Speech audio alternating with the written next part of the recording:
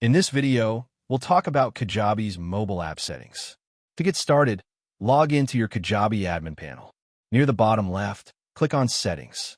Under Site Settings, find Mobile App Settings and click on it.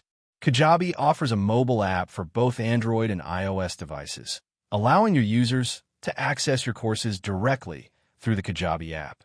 This makes learning more convenient and improves the overall user experience. The mobile app settings are very useful. Here, you can upload your app icon and choose a default color palette.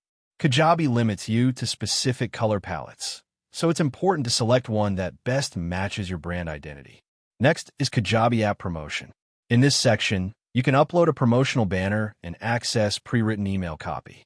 You can use this email copy to notify your audience that your course is available through the Kajabi mobile app, making it easy to encourage app downloads and engagement. That concludes the overview of Kajabi's mobile app settings. Don't forget to save your changes once you're done making updates.